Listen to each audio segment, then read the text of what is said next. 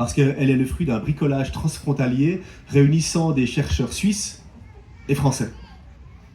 La petite fille ne dit plus rien. Elle s'aperçoit qu'elle n'a jamais pris le temps d'aller en France. La traversée ne lui aurait pris que 35 minutes en bateau de la CGN, mais elle ne souhaite pas voyager plus vite que les vagues, plus vite que ne lui permettrait son corps, son souffle, ses yeux. Après 2 heures d'effort, elle n'en est qu'à mi-distance exactement au milieu du lac sur la frontière entre la Suisse et la France. Le Léman est un miroir déformant. Le château de Vufflan contre le château de Ripaille. Les palaces de Lausanne contre ceux d'Évian. La monoculture de Lavaux contre les forêts de Savoie. Les statues du général Guisan contre celles du général Dessay. Des pasteurs contre des curés. Winkelried contre Napoléon. Le 80, le 80. La fondue, la tartiflette. Le chasselas, la roussette. Une vignette, des péages. Un déjeuner contre un petit déjeuner. Un SMS contre un texto.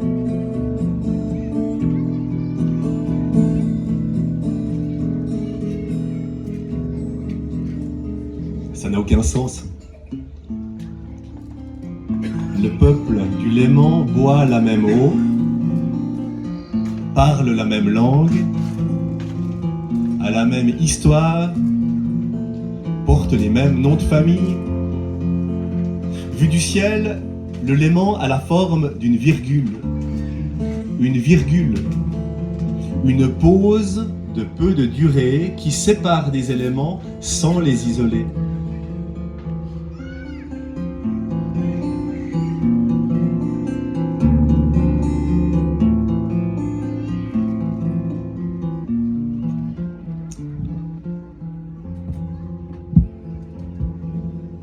Seulement 3% des rives du Léman sont naturelles. 3% naturels? Mais je te crois pas. Mais regarde par exemple cet immense parc, c'est naturel? Oh, pas vraiment.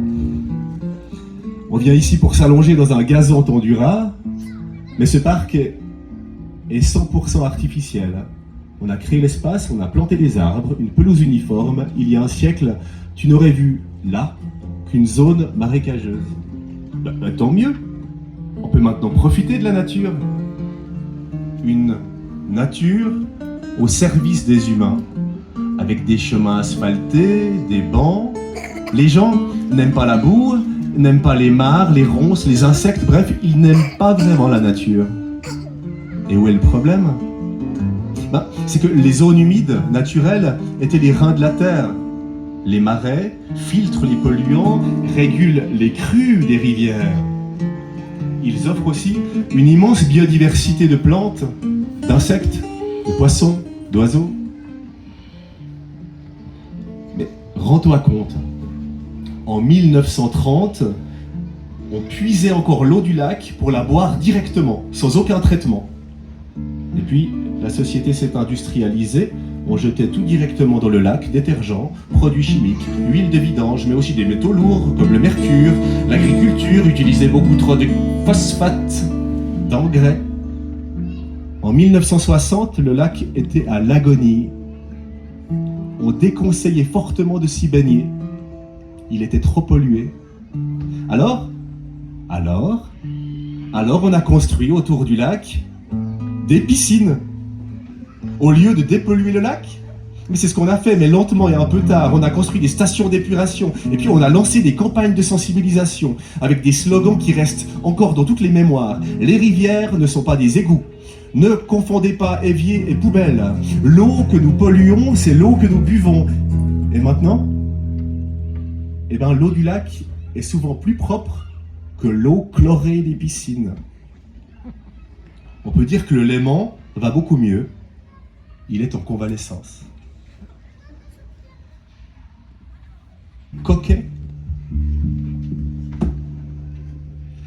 se trouve l'une des rares rives encore sauvages du Léman, de part et d'autre de l'embouchure du Boiron. Quelques mètres carrés sur lesquels les trop riches n'ont pas eu le droit de spéculer. Les galets ont une jolie couleur, on trouve aussi quelques nasses en inox, plus loin des bâches militaires, une guirlande de drapeaux tibétains, une vieille brouette et des caisses de bois, des filets, des amarres, des bouées et des rames, des poules autour d'un coq nommé Pompon. C'est la pêcherie de Manu.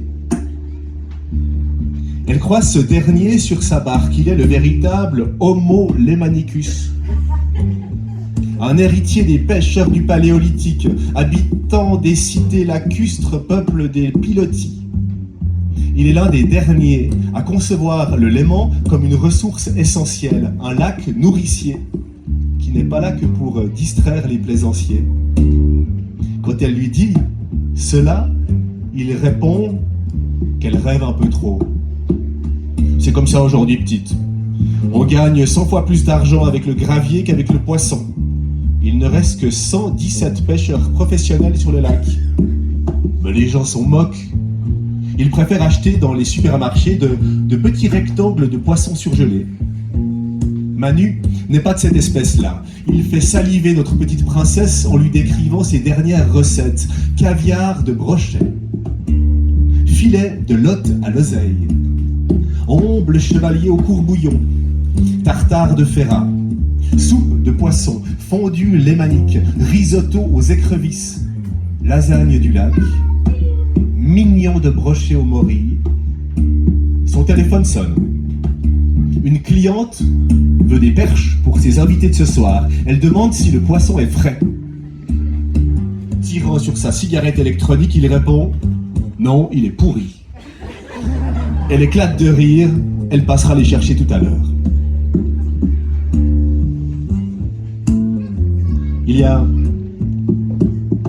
y a le requin du lac, avec ses 700 dents, le brochet. Il y a la star, la perche, l'espèce la plus pêchée du lac. Malgré cela, les 90% des filets de perche mangés ici sont importés d'Estonie, de Pologne et de Russie. Il y a la nostalgique, la truite, un poisson qui se souvient toute sa vie de la rivière de sa naissance et qui y retourne pour pondre ses œufs. Il y a le fragile, l'omble chevalier, aujourd'hui menacé car très sensible à la pollution. Il y a l'imposteur, la ferra. En vérité, la ferra n'existe plus à cause de la surpêche. Alors on est allé chercher dans le lac de Neuchâtel un poisson ressemblant en vérité les ferras du Léman. Ils sont des palais.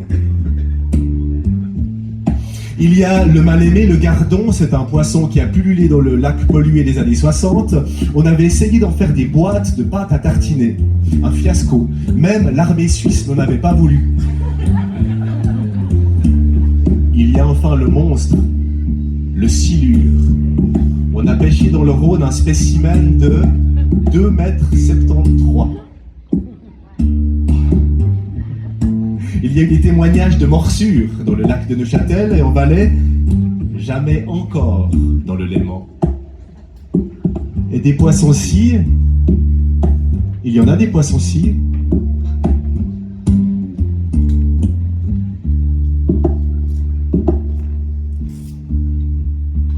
Réfugiée sur l'île de la Harpe, elle respire profondément, elle ferme les yeux. Elle perçoit le monde qui l'entoure avec le nez, les oreilles, les mains. Elle entre en résonance avec le lac, s'en fait l'écho, adopte son énergie, son souffle, son flux. D'où elle est, elle n'entend pas les cloches des églises. Elle a le temps pour elle. Et ce temps s'écoule comme l'eau des rivières qui disparaissent dans le lac en attendant la mer. Son corps est comme le tien, composé aux 2/3 d'eau. Elle le sait aussi. 3 jours sans boire de l'eau, et c'est la fin. L'eau est une bonne leçon d'humilité. Solidement ancrée sur son île, elle contemple un lac dessiné sans relâche par le vent et le soleil, la terre, l'eau, l'air et le feu. Le léman lui est devenu essentiel, il la constitue, il est son pays de cœur, d'adoption. Il lui manque s'il n'est plus là. Il lui faut le chant des galets dans ses vagues, le murmure des enfances heureuses. Il lui faut le sillon étincelant des vieux bateaux à vapeur, l'éclat du crépuscule. Et pour renaître à l'aube, la silhouette d'un pêcheur debout dans sa barque du siècle dernier.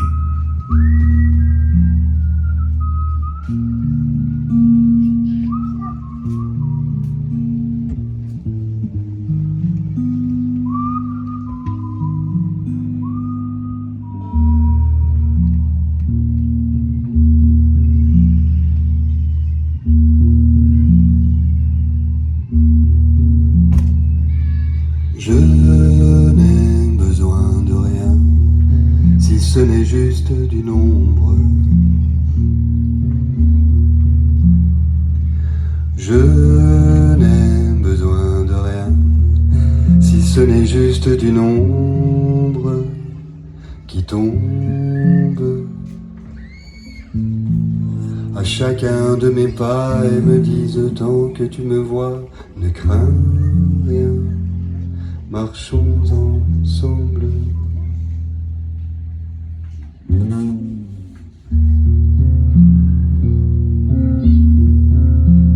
Et moi, moi j'entre dans la rade de Genève, je vois des mouettes, de petits bateaux rouges qui sont des transports publics.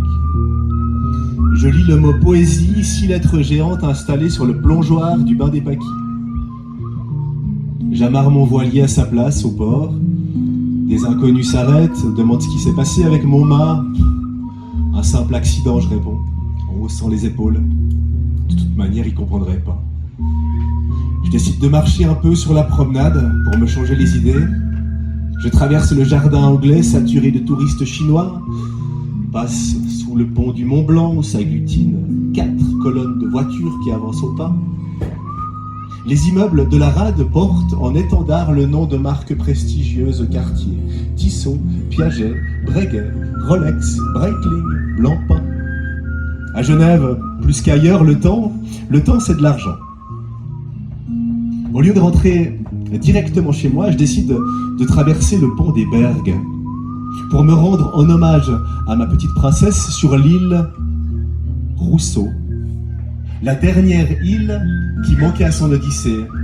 C'est un havre de paix au centre-ville.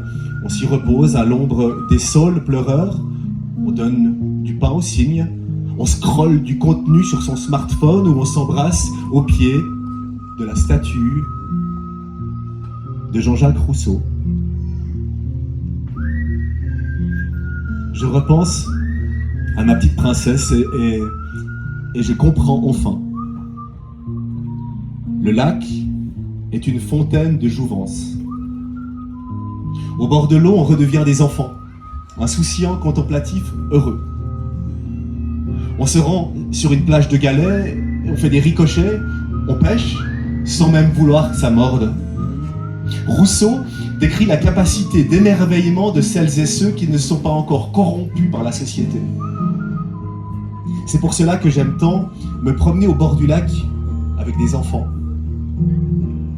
Pour cela qu'en ce moment, elle me manque, comme me manque mon enfance, lorsque j'avais peur des cygnes, lorsque je sautais dans les vagues en riant à pleines dents, lorsque je collectionnais les cailloux en remplissais mes poches, lorsque je dessinais le lac à l'endroit, à l'envers. Pour Rousseau, un paysage est une leçon de vie. Il y a un génie du lieu. Le léman d'aujourd'hui est pris dans ses enrochements comme un enfant brimé. Il est comme un élève dans une école trop stricte. Il aurait pu se rebeller. Il a renoncé. Il obéit.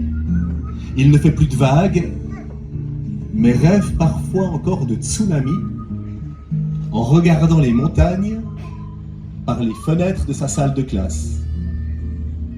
Un lac agrandit le ciel le rempli de nuages, de couchers de soleil et d'oiseaux. Le lac est un terrain vague, une rêverie, un espace pour la contemplation, une vacance inespérée pour nos vitres pleines.